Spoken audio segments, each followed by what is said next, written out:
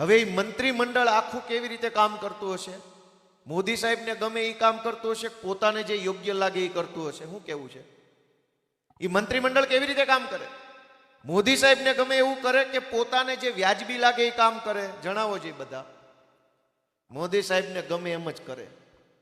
હવે મોદી સાહેબને ગમે એવું મંત્રી કામ કરે તો મંત્રીને ગમે એવું સચિવ કરે, તો સચિવને ગમે એવું ઉપસચિવ કરે, તો ઉપસચિવને ગમે એવું નાયબ સચિવ કામ કરે, નાયબ સચિવને ગમે એવું જ પાછો નિયામક કરે, નિયામકને ગમે એવું જ કામ જિલ્લાના એસપી કે કલેક્ટર કરે, કલેક્ટરને ગમે એવું જ અધિક કલેક્ટરને ડીવાયએસપી કરે, ડીવાયએસપીને ગમે એવું જ પીઆઈ કરે, પીઆઈને ગમે એવું જ પેલો ડિસ્ટાફના પીએસઆઈ કરે, પીએસઆઈને ગમે એવું જ કોન્સ્ટેબલ કરે. તો છેલ્લે કોને ગમે એવું કામ થયું? મોદી સાહેબને ગમે એવું કામ થયું. આમાં આપણને ગમે એવું કામ કરનારો ક્યાં? જનતાને ગમે એવું કામ કરનારો કોણ? ફરીથી ચેનલ નીચેથી ઉપર લઈ જઈએ કે દાખલા તરીકે ભાઈ કોઈ કોન્સ્ટેબલ, તલાટી મંત્રી છે, આપણે પોલીસનો દાખલો નથી લેવો. તલાટી મંત્રી કોને ગમે એવું કામ કરે? ગામને ગમે એવું કરે? ટીડીઓને ગમે એવું? ટીડીઓ કોને ગમે એવું કામ કરે? તાલુકાને ગમે એવું? ડીડીઓને ગમે એવું? ડીડીઓ કોને ગમે એવું કામ કરે? ઉપરના વિકાસ કમિશનરને ગમે એવું? જિલ્લામાં સારું લાગે એવું? વિકાસ કમિશનર કોને ગમે એવું કામ કરે? સચિવને ગમે એવું કે લોકોને જરૂર હોય એવું? સચિવ કોને ગમે એવું કામ કરે? મંત્રીને ગમે એવું? તમને ગમે એવું? હવે મંત્રી કોને ગમે એવું કામ કરે? મુખ્યમંત્રીને ગમે એવું? તમને ગમે એવું? અને મુખ્યમંત્રી કોને ગમે એવું કામ કરે? દાદાને ગમે એવું. આમાં તમને ગમે એવું કામ કરનારો છે કોણ? તમને પૂછે કોણ કે તમને શું ગમે? તમને પૂછે તો તમે કહો કે અમને હારી નિહાળ ગમે. તમને પૂછે તો તમે એમ કહો કે ભાઈ અમારા દવાખાનામાં ડોક્ટર ઘટે છે, ડોક્ટર ગમે અમને, લાવો ડોક્ટર. તમને ગમે, જનતાને ગમે એવું કામ કરવાની કોઈ સિસ્ટમ જ નથી. બધું ઉપરવાળાને ગમે એમ હાલે છે. કે જે સરકારી માણસ બેઠો છે, જે નેતા બેઠો, માનો કઈ સાંસદ સભ્ય છે, તમને ગમે એવું કરે કે એની પાર્ટીને ગમે એવું કરે?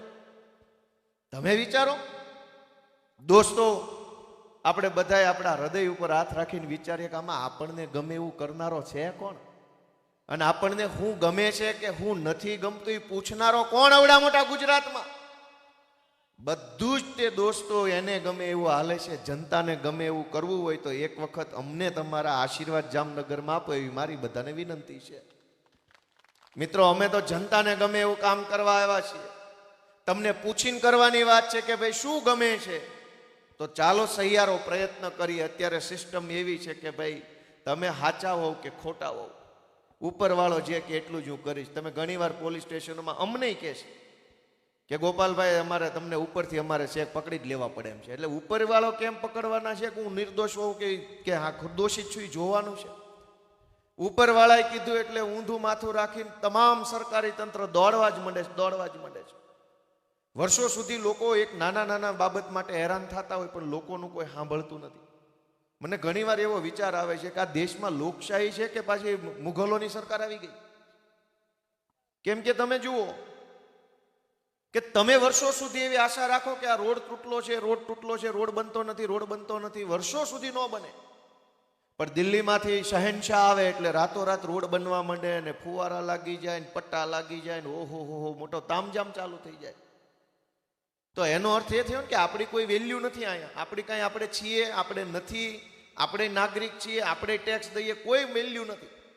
ગાંધીનગરમાંથી કે દિલ્હીમાંથી મોટા મોટા નેતાઓ આવે તો રોડ બની જાય, ડિવાઈડરો બની જાય, આખું સરકારી તંત્ર ખડે પગે ઊભું રહી જાય.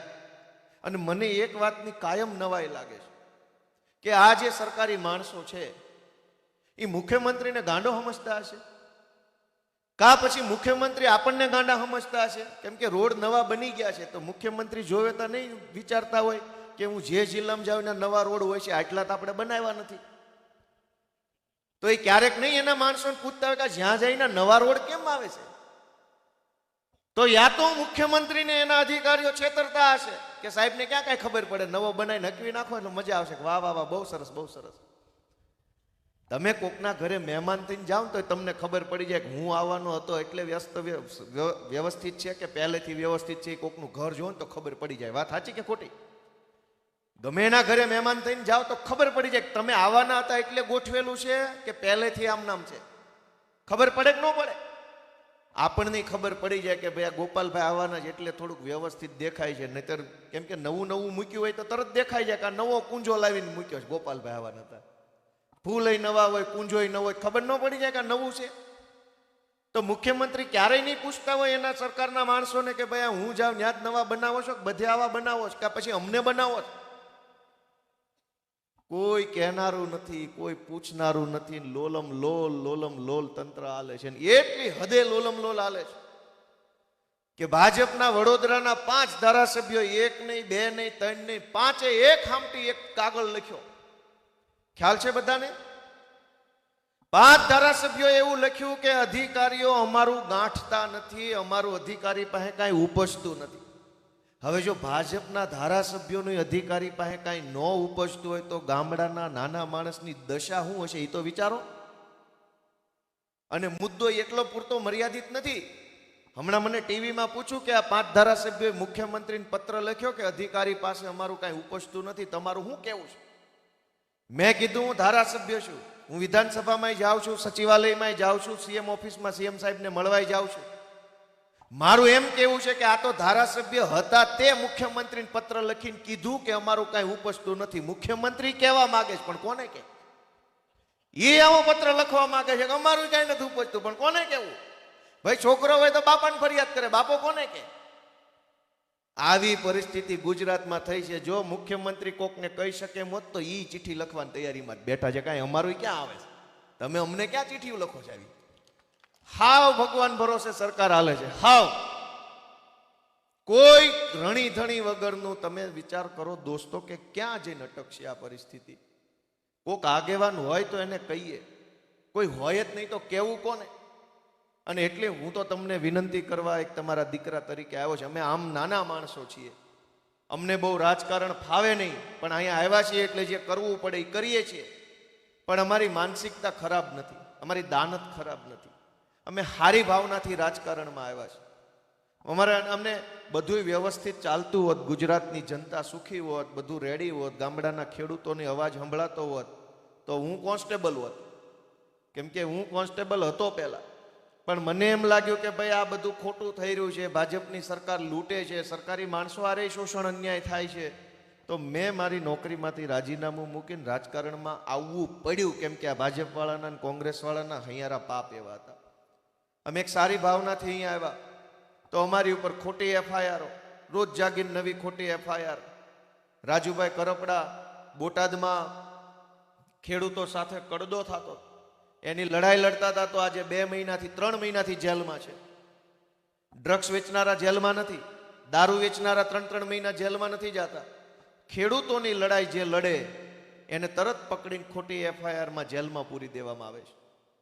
પણ જેલ હોય કે એ બધું જે હોય તે એવી રીતે જેલની બીકથી જો કાંઈ આઝાદી ઊભી રહી જતી હોત તો આ દેશમાં ક્યાં આઝાદી આવવાની? અંગ્રેજોએ આ ધંધો કરતા હતા, જે દેશના આઝાદીની લડાઈ લડવા માટે આગળ આવે ને પૂરી દેતા. પણ એમ કાંઈ આઝાદી ઊભી નથી રહી. દોસ્તો, હું તમને બધાને વિનંતી કરવા આવ્યો છું કે આવનારા દિવસોમાં ગુજરાતની અંદર જો આપણે બધાએ ખૂબ સારું એવું કામ કરવું હશે તો પરિવર્તન એક વખત જરૂરી છે. અને પરિવર્તન નહીં આવવાનું નુકસાન જનતાને તો થયું છે, ભાજપના લોકોને નુકસાન છે. આજે એના ધારાસભ્યોનું સરકારી, તમે વિચાર કરો કે 30 વર્ષ સળંગ એક જ પાર્ટીની સરકાર હોય ગુજરાતમાં તો સરકારી તંત્ર ઉપર એની પકડ મજબૂત થવી જોઈએ કે ઢીલી થવી જોઈએ? કયો છે બધા? 30 વર્ષ સુધી તમે સરકારમાં રહ્યો અને બહુમતી સાથે સરકારમાં રહ્યો તો વહીવટી તંત્ર ઉપર કમાન્ડ મજબૂત થવો જોઈએ, ઢીલો પડી જવો જોઈએ? મજબૂત થવો જોઈએ, એના બદલે આ લોકોનું ઢીલું પડતું જાય છે. તમે વિચાર કરો કે કઈ હદે અધિકારી શાહી અત્યારે ગુજરાતમાં હાવી થઈ ગઈ છે. અને એટલે આપણે બધાએ વિચારવું પડશે. ખેડૂતોની વાત કોઈ સાંભળવામાં આવતી નથી. આ જેમ ભાવે તેમ લાઈનો નાખવાનું કાઠિયાવાડમાં ચાલુ કર્યું છે. આખા કચ્છમાંથી ક્યાંય જામનગરમાંથી જે સોલાર પેનલ નાખે એટલે લાઈનો ગમે એના ખેતરમાં દાબ દબાણ કરીને નાખી જાય છે. કોઈ સરકારમાં કહેનારું નથી. ભાજપના નેતાઓ આમ તો બહુ મોટા સિંહ બનીને ફરે છે. ટાઈગર આવ્યા ને, સિંહ આવ્યા ને, વાઘ આવ્યા ને, આવું બધું એની આવે ત્યારે આવું બધું હાલતું હોય છે. સમાજમાં સન્માનો થતા હોય છે. પણ કોઈ ભાજપના સાંસદ સભ્ય, ધારાસભ્ય, મંત્રીમાં એવી હિંમત છે કે એની સરકારને જઈને એટલું કે આ સોલાર નાખનારી કંપની પૈસા કમાય છે, 2 પૈસા ખેડૂતોને આપવામાં તમને શું તકલીફ પડે છે? કંપની કોમર્શિયલ કામ કરે છે, વેપાર કરે છે, એ વીજળી ઉત્પાદન કરીને વીજળી વેચે છે માર્કેટમાં, સરકારને વેચે છે. કંપની કમાય છે તો ખેડૂતને દેવામાં શું વાંધો છે? ખેડૂતના ખેતરમાં પોલીસ લઈને આવીને જબરજસ્તીથી દાદાગીરીથી થાંભલા નાખી દેવાના. ખેડૂતને કાંઈ દેવું નથી. શું કામ? તો કે આપણને તો સરકારનો ટેકો છે, કંપની સરકાર બધા મળેલા છે, એટલે બાકી ખેડૂત તો શું લાચાર ખેડૂત કરી લે. પણ દોસ્તો, બધા જો જાગૃત બને, વિસાવદરના ખેડૂતો જાગૃત બન્યા તો એના ઝટકા આવ્યા કે ન આવ્યા? ઠેક ગાંધીનગર સુધી એના ઝટકા આવ્યા, અને આટલા લાંબા સમયથી હજુ એમનામ જ હાલે છે. લોકો જો જાગૃત બને, લોકો સજાગ બને, તો ગમે એવી ભલભલી સરકારોને પણ હરાવવાની તાકાત લોકોમાં છે. એનો દાખલો વિસાવદરના ખેડૂતોએ આપ્યો. દોસ્તો, આખા ગુજરાતના મુખ્યમંત્રી, નાણામંત્રી, ગૃહમંત્રી, કૃષિ મંત્રી, પાણી મંત્રી, જંગલ મંત્રી, તમામ મંત્રીમંડળ વિસાવદર વિધાનસભાના ગામડામાં પ્રચાર કરતા. સરકારનો કોઈ માણસ બાકી નહોતા. જામનગરથી 4-5 જણા આવ્યા હતા. ન્યા આવીને કહેતા હતા કે ભાઈ આ ભાજપને મત આપો. ન્યા માણસો એટલું હોશિયાર છે કે જામનગરના 5 કામ બતાવો તો તમને આ મત દઉં, હવાલો પાડ દઉં. તો શું થયું? વૈયા ગયા પાણી પીને, સા પીવાય ઉભા ન રહી. કે એવું ક્યાંય કઈ આવડે છે કામકાજની વાત? આ તો મત માગતા આવડે છે. મને એના નામ સરનામાં ખબર. હેમંતભાઈ વહી ગયા ન કરી, સાક્ષીપુર હતા. ખરેખર ઘટના આવી બની. તમે જામનગરથી આઠ લાંબા થયા છો તો ક્યોક જામનગરમાં હું ભલી વાર કરીને આવ્યા છું. દોસ્તો, હું તો તમને તમારા દીકરા તરીકે વિનંતી કરવા આવ્યો છું કે અમે નાના માણસો છીએ. અમારી પાર્ટી નાની, મારી તો પોતાની ઉંમરે નાની, અમારો રાજકારણનો અનુભવ નાનો, પણ અમારું લક્ષ્ય બહુ મોટું છે. અમારું વિઝન બહુ મોટું છે કે ગુજરાતના સામાન્યમાં સામાન્ય છેવાડાના માણસને એક સન્માનપૂર્ણ જિંદગી મળે ને એવું મોટું કામ ગુજરાતમાં કરવું છે. એ લક્ષ્ય લઈને તમારી પાસે આવ્યા છીએ. તમે એમાં એક જરાક આશીર્વાદ આપશો તો અમે વધુ સારું કામ કરી શકીશું. દોસ્તો, સાહેબ, આઝાદીની લડાઈ શું કામ લડાણી? આપણે વિચારીએ કે આઝાદીની લડાઈમાં અંગ્રેજોની જ્યારે સરકાર હતી ત્યારે એમાંય રેલવે ને બેંકો ને પોલીસ સ્ટેશનો ને અદાલતો ને બધું હતું. છતાંય આ દેશના આગેવાનોને દેશ આઝાદ કરાવવાનો વિચાર કેમ આવ્યો? અંગ્રેજોની સરકારમાં બધું હતું, પણ માણસનું સ્વાભિમાન નહોતું હચવાતું, માણસની આબરૂ નહોતી હચવાતી, એનું માન સન્માન જળવાતું નહોતું. કેમ કે એ બહારના હતા. એ આપણા દેશના લોકોનું માન નહોતા રાખતા, મારતા, જેલમાં પૂરતા, ખોટા ટેક્સ નાખીને લૂંટી લેતા. તે દિવસે એવું નક્કી થયું કે જો આપણું માન સન્માનથી મોટું બીજું કાંઈ ન હોવું જોઈએ. આને ભગાડો અંગ્રેજોને, આપણી પોતાની સરકાર આવશે જે આપણું માન રાખશે, આપણને અપમાનિત નહીં કરે, આપણને સન્માન આપશે, સારી જિંદગી જીવવા દેશે. અને લાવ્યા સ્વરાજ અને આવી ભાજપની સરકાર. ક્યાં આમાં નાના માણસનું માન છે? સામાન્યમાં સામાન્ય સસ્તા અનાજની દુકાને પણ લોકોને અપમાનિત કરવામાં આવે છે. અનાજ જે ગરીબોને સરકાર તરફથી મળતું હોય એ એમનો અધિકાર છે, પણ એ અધિકાર લેવા જાઓ ત્યારે શું વર્તન થાય છે? તમે ફરિયાદ ન કરી શકો, બોલી ન શકો. તમે અવાજ કર્યો કે ભાઈ ચોખા ખરાબ આવ્યા છે, આ ઘઉં મને ઓછા આપે છે, આમાં આમ છે, પેલું છે, તો બોલશો તો તમારું કૂપન બંધ કરાવી દઈશ, તમારી ઉપર ફરિયાદ કરી દઈશ, તમારી ઉપર આમ કરી દઈશ. મામલતદાર ઓફિસે 7-12માં કંઈક એન્ટ્રી બેન્ટ્રી પડાવવા જાઓ તો ત્યાં તમને અપમાનિત કરવામાં આવે. FIR લખાવા જાઓ તો ત્યાં તમને અપમાનિત કરવામાં આવે. આપણે તો આઝાદી એટલા માટે લાવ્યા હતા કે આપણા દેશમાં આપણા પોતાના માણસોની સરકાર આવશે ને, સરકાર આપણું માન સન્માન જાળવશે, આપણને અપમાનિત નહીં કરે, આપણને ધક્કે નહીં ચડાવે, આપણી યારે ઓરમાયું વર્તન નહીં કરે. એના બદલે આજ શું થઈ ગયું છે કે જ્યાં જાઓ ત્યાં તમે માગ્યા આવ્યા હો, બીજા દેશમાંથી આવ્યા હો એવું વર્તન આપણી યારે થઈ રહ્યું છે. અને એટલે બધાએ પોતાના આત્માને જગાડવાની જરૂર છે. અમે નાના માણસો છીએ, તમને વિનંતી કરવા માટે આવ્યા છીએ કે તમારા આશીર્વાદની અમારે જરૂર છે. અમે ખૂબ સંઘર્ષ કરવાની તૈયારી સાથે આગળ વધી રહ્યા છીએ. તમારો આશીર્વાદ જો અમને બધાને મળશે તો ગુજરાતભરની અંદર ઘણું સારું કામ અમે કરી શકીએ એમ છીએ. અને દોસ્તો, છેલ્લી વાત કે આટલી મોટી વ્યવસ્થા બની છે, એમાં તમને બધાને ખબર છે કે ગુજરાત સરકાર, હમણાં હું બજેટ વાંચતો હતો, સમજવા જેવી વાત છે. ફેબ્રુઆરી મહિનામાં બજેટ સત્ર આવવાનું છે, એટલે હું એનો અભ્યાસ કરતો હતો કે મારે શું બોલવું, કેમ બોલવું, કયા વિષય ઉપર કેટલી વાત રાખવી, વગેરે વગેરે. એક સરસ વાત એ ધ્યાન ઉપર આવી કે આખા ગુજરાતની સરકારનું અંદાજિત બજેટ 3 લાખ કરોડ રૂપિયા આસપાસ છે એક વર્ષનું. એટલે એક વર્ષમાં ગુજરાતની સરકાર અંદાજે 3 લાખ કરોડ રૂપિયાનો વહીવટ કરે છે, એટલે કે પૈસાનો ખર્ચો કરે છે, સરકારમાંથી ખર્ચો થાય છે, શાળા દવાખાના રોડ આ તે જે કાંઈ હોય તે. એ આખા 3 લાખ કરોડમાંથી ઓછામાં ઓછા 40% રૂપિયા સરકારી પગાર પાછળ વપરાઈ જાય છે. 40% રૂપિયા 3 લાખ કરોડ એટલે સરકારના આખા